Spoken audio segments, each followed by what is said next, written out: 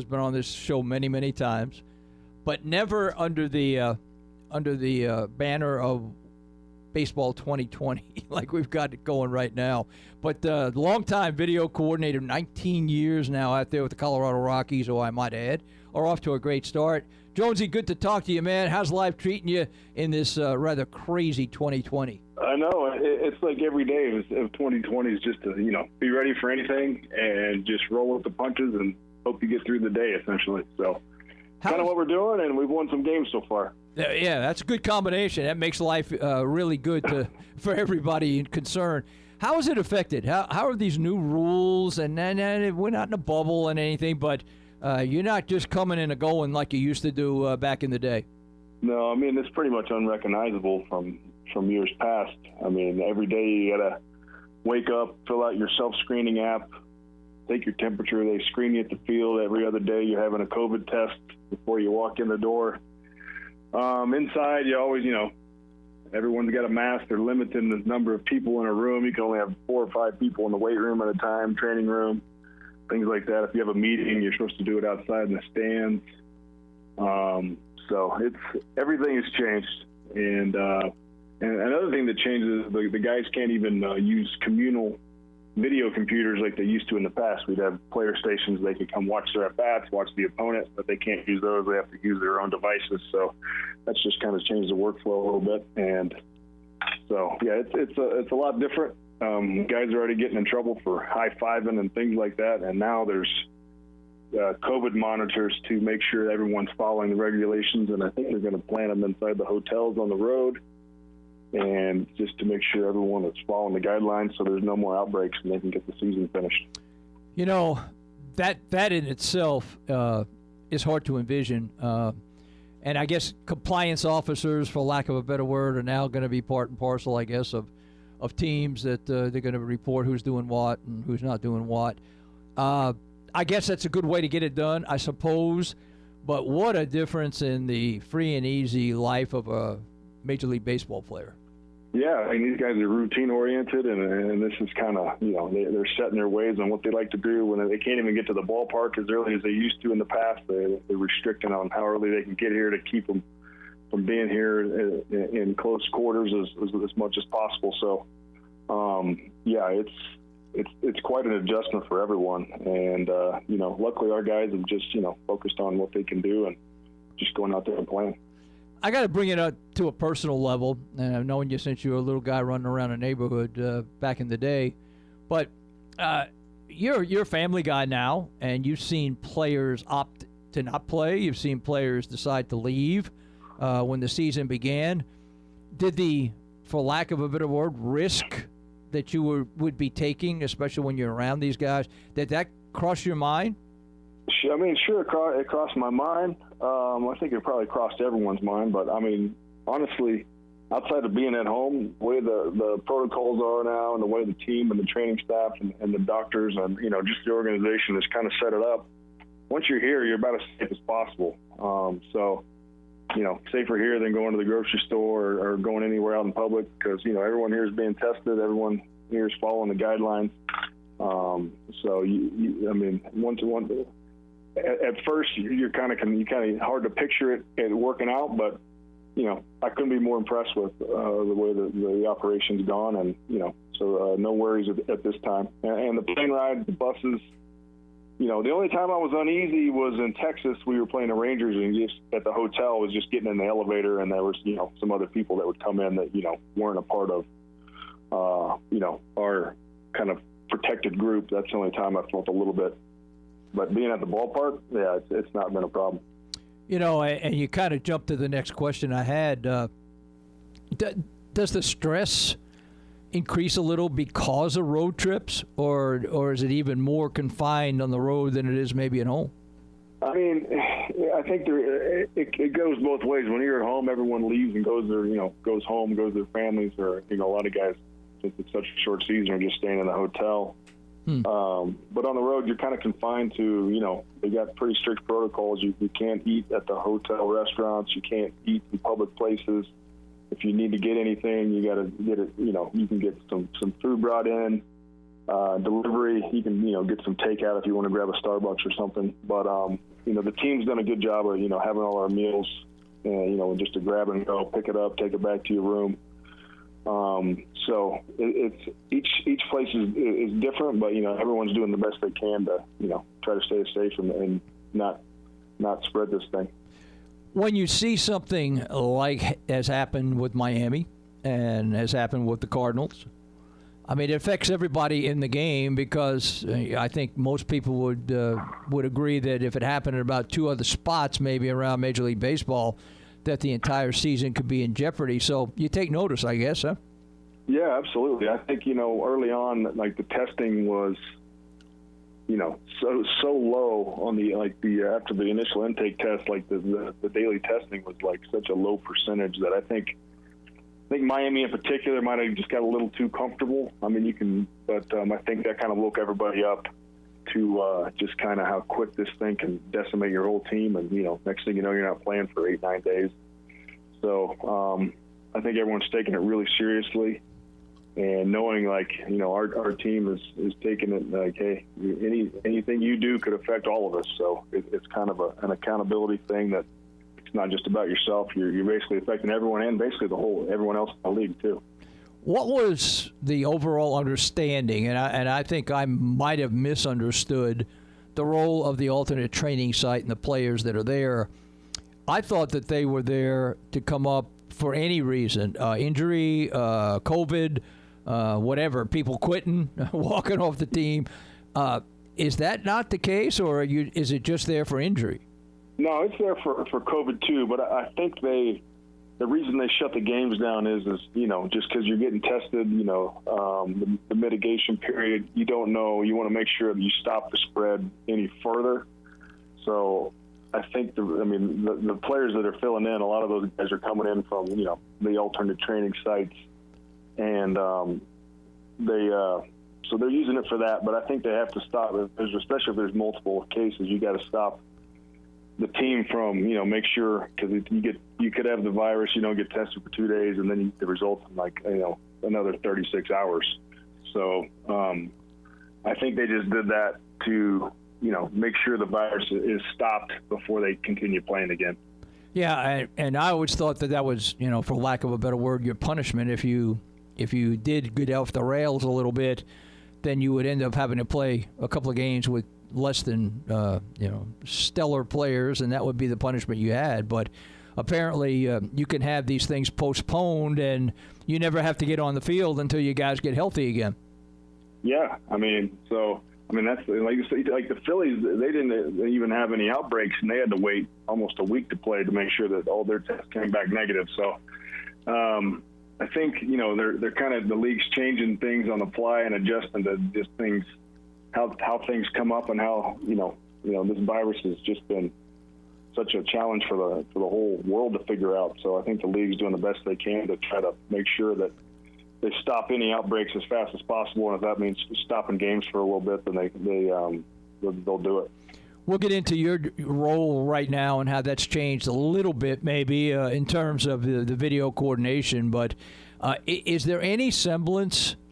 Now, and let me back up, because I'm getting this information from guys that we've interviewed before who are on the alternate training sites. Like Tyler Lyons went to Pennsylvania with the Yankees, and he said, we got about 12 pitchers and we don't have enough to scrimmage, so we can't really have games per se.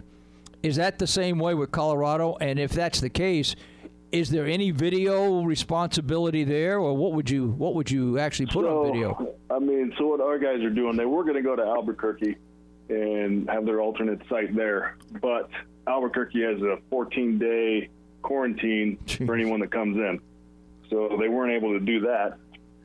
So they've been using Metro State College here, which is a campus downtown Denver that's kind of over about a mile away from here for some things. And then they've also been having some inter squads in the morning at our facility. And the only things we've done there is just set up some cameras and just let them roll. And it's there archived if needed, but it's not super intensive. I think those guys are just trying to stay ready. And they're trying to keep as many people away from the building as possible at one time. So it's just kind of, make it work as it goes. Just for numbers, and I think you had one guy opt out, right, with the Rockies, but how many have come up from the alternate training site, if any? So Ian Desmond decided he was going to not play for, COVID reasons and some of the other social things going on in the world. So he opted out, and, team fully supports that for sure. But I'm trying to think. We haven't had a whole lot of roster movement. We've had a couple guys go on the DL, and so you can travel. You can have 3 extra guys with your team for, like, called a taxi squad. It's basically just, hey, if you need a player, you have one with you, so you don't have to fly somebody in or things like that. So we've activated a couple guys from that, but we haven't had to use the alternate site players just yet. Those are the guys who we see on TV that are underneath the tents. They're just the interested observers. Are those the guys? Yeah, they're just sitting in the stands and trying to spread everybody out. So they might as well use the seats since nobody else can. What about your job? I mean, you're still Brian Jones and you're an operation of one, but you're still making the trips and you're still letting the guys know in the dugout whether it's a thumbs up or thumbs down on the play. But has it changed your life any? The only thing that's really a whole lot different is the guys can't come in during the game and watch their bats. That's part of I think that stems mostly from the Astros situation, the sign stealing things. And so I just have to mostly and they can't use the computers pre or post game. So I just have to make sure I'm distributing them to their iPads, their phones, whatever devices they have, and just making sure they get what they need. And that way it's made it it's more lonely because there's not as many guys coming through because my office is just, about 20 steps down the hall from their locker room, but they can't really come and use the facility. So we have to just, send it to them thankfully the technology's there that they can get what they need on whatever they have. So that's really the only change. Is there still a representative from Major League Baseball in there with you? Yeah. So that was some last year, and then this year they've added they've changed the staffing of that, and we have someone in here making sure we're not stealing signs. And when he walks around to watch just to see what's going on in the clubhouse, the tunnel, the dugout, right before the season they installed basically a Nest security camera that New York can watch. So it's basically got Big Brother in here too. Oh man. Yeah. I don't know. Maybe that's overreach. Maybe that's what they want to do to make sure that we don't have another Houston situation. But I don't think you're responsible for the garbage cans, are you? No, not the garbage cans. So yeah, thankfully not. But thanks to the Astros, we all get a little extra scrutiny on each of us in these roles. So if it keeps people from cheating, then fine. I'm all for it. A little less privacy doing your job, but whatever it takes, I guess. How in the world do you? Because you're down in the hole, so to speak. So you would know if there was 50,000 in the stadium or nobody. But I mean, occasionally you poke your head out, and especially before the game. What's it like to be in a totally empty stadium? It is a little weird. I'm not going to lie. I'm not out there during the game because, like you said, I am inside watching on the monitors. But yeah, it's definitely different, especially after the game when you're used to like all kinds of cars and traffic and people at the bars and restaurants down by Coors Field. It's just, I don't know, it is odd, but just it was I had a hard time envisioning it being this way before it started. But yeah, I mean, the guys say I think it's helped some guys relax a little bit out there and have a little less anxiety, if they may, with a full crowd, but. The baseball's been fun. It hasn't looked much different, and luckily we've been playing well. So I don't know. Maybe we'll have to keep fans out forever. Now, that would be your interpretation. Baseball is great, and it's going along well when you're 8-2. I would probably disagree when I'm trying to evaluate what's going on with the Mets. I don't think it's as great as what's going on there in Denver. Yeah. Hey, it's all right. The Mets, at least it makes for good back page news on the New York Post all the time. Yeah, you got that right. That is for sure. All right, tell me the truth. What's your record this year on appeals? We haven't hardly had any. We had really? The other day. Yeah, we had a home run that ball hit off the top of the wall yesterday. They called a homer that we got overturned to a double. and then we had another. I think the only official one was another one on pickoff and first base. But the one of the that there wasn't really a good camera angle on, so we didn't get it overturned. But one of the things is there's not any visiting team TV trucks, so there's less cameras. You're only getting the home trucks, and the visiting team is doing their broadcasts from their home studios or their home ballpark. So there's not as much to go off of. It makes it a little more difficult, but just trying to do the best we can on those.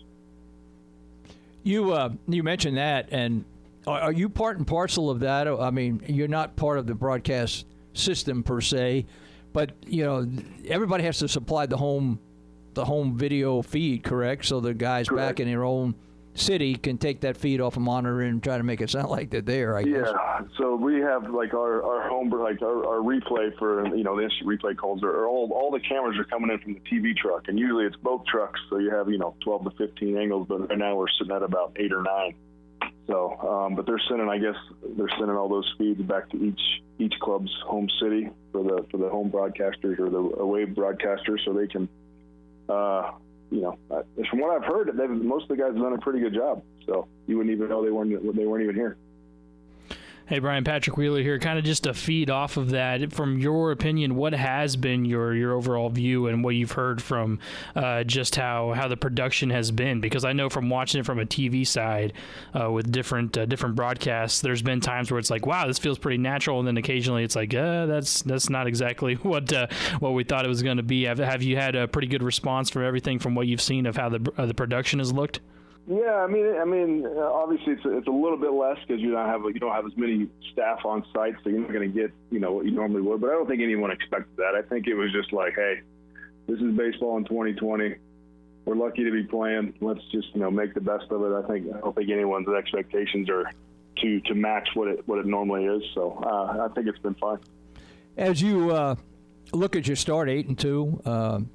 And I had forgotten. I was looking at, is Salazar still with you? He's a former Cowboy, right? He's our assistant hitting coach to Dave Magadan, who's our main hitting coach. So he's been around here. Magadan coaching our minor leagues. So hey, maybe I'll tell you, Magadan might have been my favorite Met of all. No, not my favorite, but one of my favorite Mets because he had the sweetest swing going.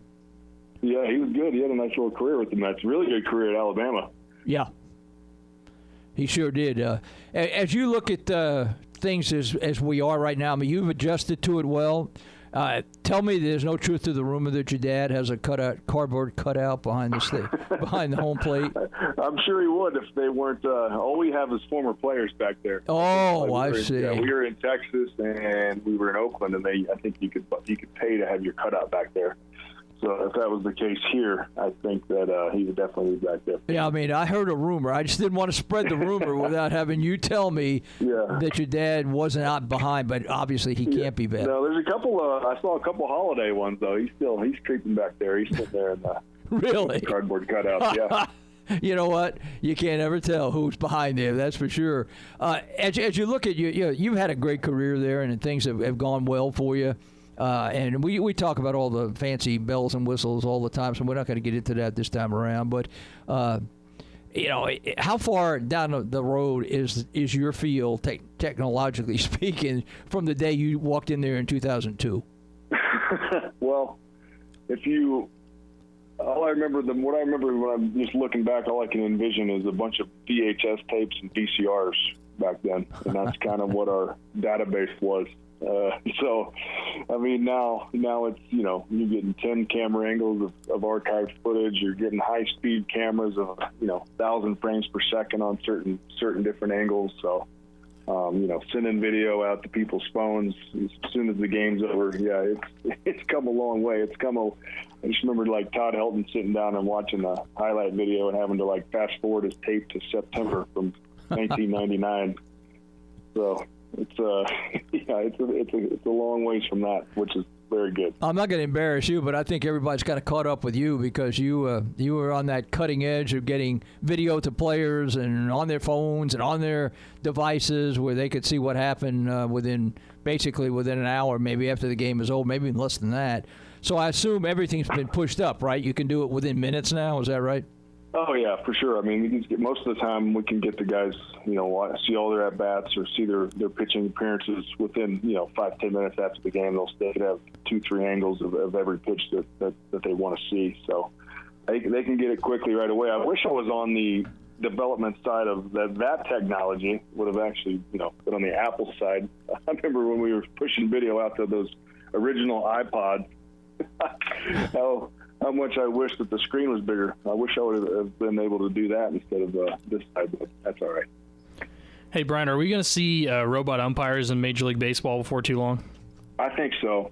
I mean, there's a lot of things.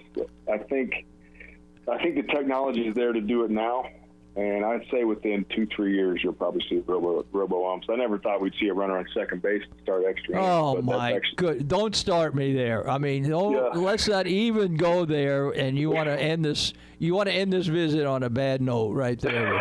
Gee, Christmas. All right, I won't go there, but I do think we'll see robot umps in the next 3 or 4 years. I wish they had a robot ump last night in the Washington Nationals game, right there. Yeah, I mean. That's the thing is, everyone likes the human element of the game, but some of these, nowadays, these pitches that are, 1-1 that a guy misses the call, it changes the at bat completely and has forever. But now, if you have the technology to get it right, I guess they're going to probably try to get it right here. Well, who do you complain to if the robot makes the call? Who are you going to complain to? Yeah, I guess you just still yell at the umpire back there because he's still got to stand there. That's what happens on the replays now. Like if the goal gets overturned, they still go out and yell at the umpires if they don't like it. I think we should be able to appeal bad calls. If it's a strike, it's a strike. And not have a bad night like this one dude had last night. Oh my goodness! So, well, hey, I tell you, like if you watch those old Greg Maddux games, he would not have liked the electronic strike zone. No, because his strike zone was about 6 miles wide. Yeah, exactly. He didn't even have to get it in the same area code, much less get it over the plate. As much as I kind of like the human element, I sit in here enough, and that's the number one thing guys would want to come back and see during a game is come back and see if a pitch was a strike or not. So, if they can know for sure, then I say you might as well do it. Do you ever just tell Bud, as an aside, they're squeezing you, Bud? This guy's squeezing you big time. What's funny is like they can't. That's one of the rules in the last few years is you can't call from the dugout phone to my room and ask if a pitch was a ball or strike. Really? Yeah, and it's got the best of him a couple times, and he just can't help it. He's called up, but then Joe Torre sends you an email with the video, with the audio clip of the phone call, and then next thing you know, he's getting a fine. So he had to stop doing that. It's an intriguing and interesting time. I never thought I'd be talking about stuff that we're talking about here with baseball the way we are right now. But 7-inning doubleheaders, holy cow! Yeah, I know it's crazy. It's almost just like this season. I don't even know if it's like I'm just curious. Whoever's the champion and whoever's the MVP, are people gonna look back on it as legit? Who knows? I guess time will tell. It depends on whether you're the MVP or you're the champion. That's a good point. If you win, I don't think you're giving the trophy back. No, you're not going to put an asterisk on that trophy for any reason. No. By the rest of the league, they may say, I don't know, probably wasn't that. But 7 innings. Last time you were around a 7-inning doubleheader, were you a pioneer playing or what? I was at Couch Park, probably American Legion. Yeah, but your day might go a little quicker if you got 7 innings. Those last two can go long. Those doubleheaders can be some long days for sure. Hey, Brian, always good to catch up with you, man. We look forward to the Rocks continue to move on. Yeah, hopefully so. We'll see if we can make it into that 16-team playoff field. You like that everybody gets a Happy Meal, don't you? You like that? I'll tell you what, I'll like it if we're like the 16th team in. You'll be eating that meal just like the first team in. Yeah, if we're one of the top 5 or 4 or 5 teams, I probably won't like it. I got you, man. Hey, listen, appreciate it. I'll say hello to your folks for you as well. Yeah, please do. All right, good talking to you guys. All right, buddy. See you. All right, bye. Bye. Brian Jones, just good guy.